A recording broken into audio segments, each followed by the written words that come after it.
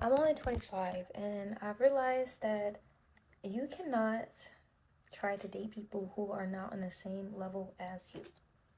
Because if you're up here and you meet someone and they're right here, what's going to happen? You guys aren't on the same level, so either you got to come down or he has to come up or they have to come up. And 9 times out of 10, people are on their own paths, people are on their own walks of life. It's going to take them forever to get up here. And by the time they get up here, you'll probably be up there. So it'll never match. And, or if I'm right here and they're right here, either they have to come way down or I have to go way up. So vice versa before y'all get in my face talking about whatever. Anyways, it's so important to be around people who have one, not just the same like-minded interests as you, but the same ambition as you, I should say. Because nothing feels worse when you're dealing with someone and they have a completely different lifestyle as you. If I'm getting up at 06 in the morning and going to work after and getting home at like 4 or 5 and still learning things, still trying to join clubs, going on run clubs, things like that. And if you do not match that type of lifestyle, if you're getting up at 1 p.m., if you're going to sleep at 12 a.m., like that doesn't match at all. So I feel as though it's important to learn people and learn their habits and their routines because that will be a good giveaway if there's someone that you could be a match with. I feel like that's a really important thing if you're seriously dating. I'm only 20. That was a good one. And everything she said was definitely correct. I agree with everything she said. Now, I also, there's a caveat to that, okay? Because on one hand, you do want to meet people who are like-minded, just like you, and have the same interests. But sometimes, occasionally, you might meet someone that they may not be as ambitious as you, right?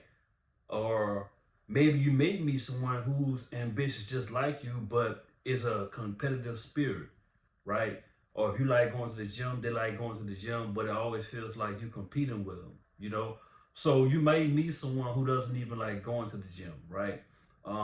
In my case, I was dating someone in my mid 20s, and she never went to the gym like talking about, right? And she was a beautiful woman. She was what you would call today a BBW, but she was beautiful. And I like going to the gym, you know, I always did. And we would go to the gym in the morning when I would get home from work. And she ended up losing 20 pounds, right? And she was like so happy that she lost 20 pounds. And she just got addicted to going to the gym. And we used to go together. And so that was a situation where we didn't have the same interests, but we bonded over something that I liked, and she ended up liking it too.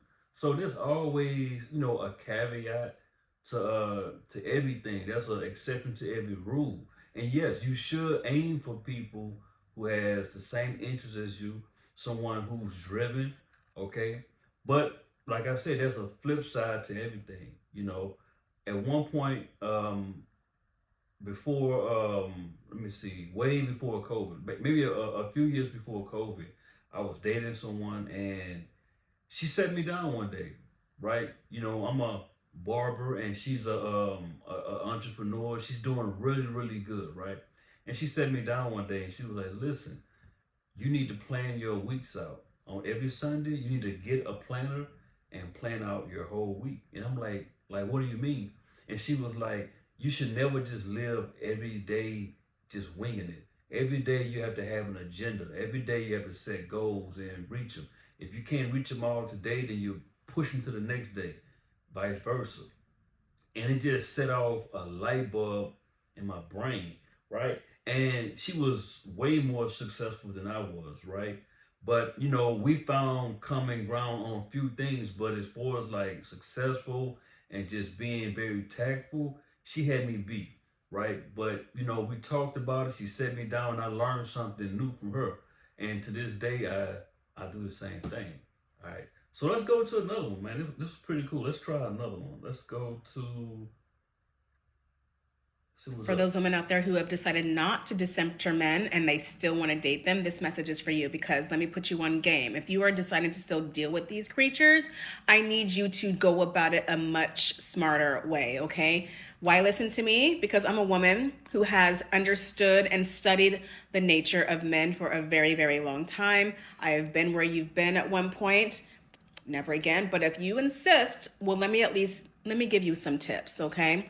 So I know that as women, you think that being vulnerable and sharing parts of your life with the new man that you're dating and telling him how your exes have treated you and how they've treated you poorly, thinking that maybe that's going to inspire him to want to treat you better. You think that being vulnerable is going to bond you or connect you or make him feel like, oh, I'm going to be the man who's going to show her how I treat women. I'm telling you that's wrong. That is wrong. What he is hearing is that you were somebody who has allowed someone to treat you substandardly. Okay. He's hearing that you don't have standards. You're telling him that you allow men to mishandle you, to mistreat you and disrespect you, and that you've set a precedent for yourself of disrespect. And now he doesn't see any reason for why he should also treat you with respect. He doesn't see any reason why you should do that when you've given him all the information, letting him know that no one has ever treated you well. He is not going to give you princess treatment that you want, okay? Now, if you don't do any of that, none of this trauma bonding bullshit, and you let this man think, even if it's not true, that you are used to princess treatment, you're used to being treated like a queen, this is what you're accustomed to, you're not impressed by anything, you make yourself inaccessible, you're not so overly available for him, what's going to happen is that man is going to not only maintain that standard, he is going to exceed them in whatever way possible it takes, okay? Now, here's the hard truth. When a woman hears from a man about how his exes have treated him poorly and did him dirty, what we tend to do is we tend to give him that king treatment, to pamper on him, love on him, make him feel like he's got a safe space with you. But unfortunately, the opposite is true for men. When we share with men that we've been hurt, we've been traumatized, we've been treated poorly by our old relationships, that's not what's going to happen. You're not going to get a man who's going to do the opposite of that. He's going to continue the cycle. And if he doesn't do it on day one, it is going to happen eventually, you know. This is just not how men think, okay? He's going to see you as somebody who will tolerate disrespect and I disagree. But carry on. consistency, lack of clarity, etc. So I hate to say this to you, but it is true. But if you let him know that you're the type of woman that men usually bend over backwards for, that roll out the red carpet for, who only books you first class tickets, you know, I'm telling you, if you're going to deal with these men, you have to be strategic with your pursuits, okay? You have to hold your standard. Do not bend for them. Don't bend for these men ever, not even once. If you see something or you feel like something is like off, don't explain. Don't send long text messages. Keep your emotions tight. Do not brush that shit under the rug. That behavior that he's doing, that is beneath you, because if you do, you are teaching him how to treat you. I need you girls to tighten the fuck up. Your power is in your hand when it comes to these men. I need you to fucking act like it. Wow, she said a handful. Okay. So number one, I do agree that you should set the standard how you want to be treated, right? But you can't just categorize every man into this one basket.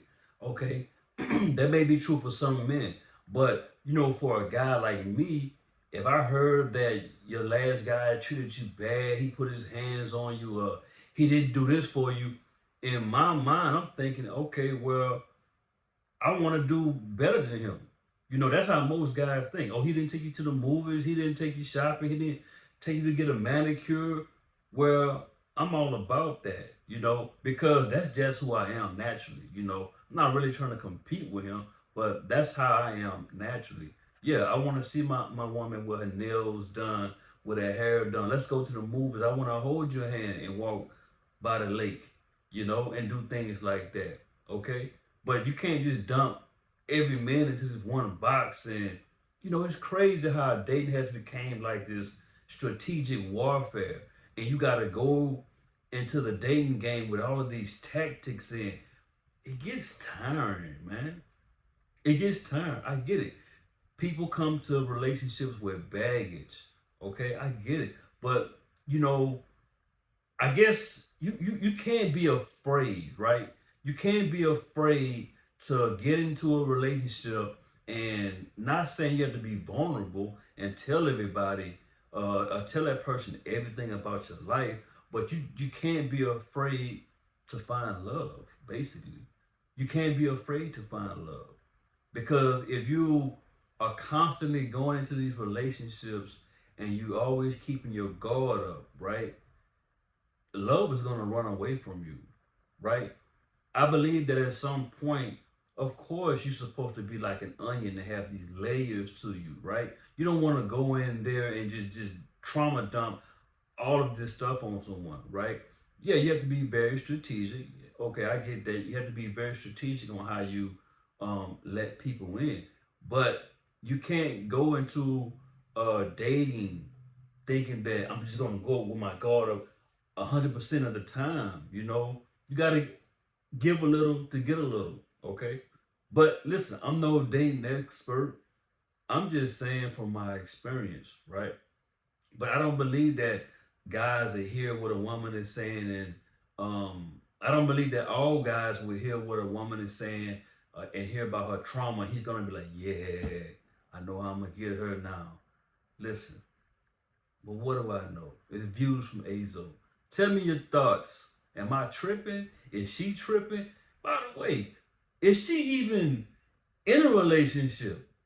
She sounds like she may have been through some pain. I get it. She probably have, you know. And that's probably why she's armed with this arsenal of ladies. Uh, don't trauma dump. Don't tell them this. Keep your guard up. You gotta use this tactic. Hey, what do I know? Views from Azo. Tell me what you think in the thoughts. I can make you understand.